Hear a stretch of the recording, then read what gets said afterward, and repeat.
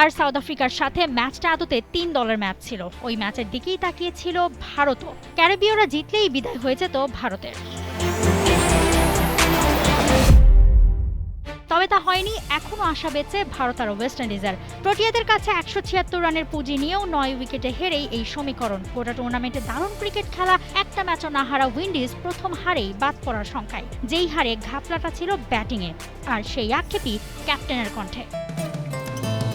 Bashundhara tissue, অশুদ্ধতার বিরুদ্ধে এক বিন্দুও ছাড় নয়। এত ভালো উইকেটে যখন খেলা হয়, স্কোরবোর্ডে বড় রান থাকা জরুরি। কিন্তু পাওয়ার প্লেতে এত উইকেট হারিয়েছি আমরা, পেছনে পড়ে গেছি। খুব ভালো উইকেট ছিল, আর সেখানে আমাদের ৪০ থেকে ৫০ রানের ঘাটতি ছিল। পাওয়ার প্লেতে ৪ উইকেট হারানো দল ৮৩ রানে ৭ উইকেট হারিয়ে বাজে অবস্থায় ছিল। সেখান থেকে দলকে উদ্ধার করেন জেসন হোল্ডার ও রোমারিও শেফার্ড। দুজনের অষ্টম উইকেটে ৫৭ বলের রেকর্ড ৮৯ রানের জুটিতে দল পায় ফাইটিং টোটাল। কৃতজ্ঞতার শিকার তাই শাই হোপের।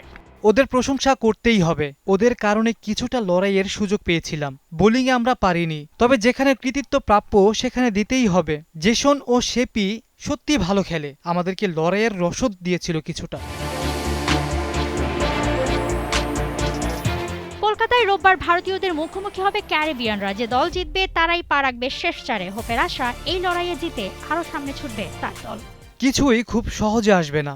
নিজেদের চ্যালেঞ্জগুলো জয়ের পথ খুঁজে নিতে হবে আমাদের। একটা হার আসতেই পারে, কখনো কখনো টুর্নামেন্টের মূল সময়ের আগেই সেটা চলে আসা ভালো।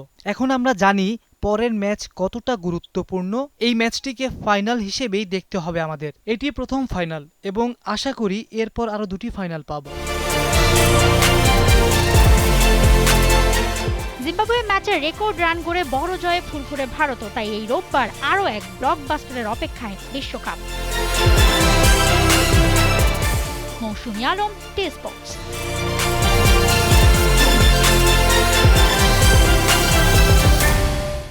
For more updates, subscribe to our YouTube channel and click on the bell icon. Follow us on Facebook and Instagram.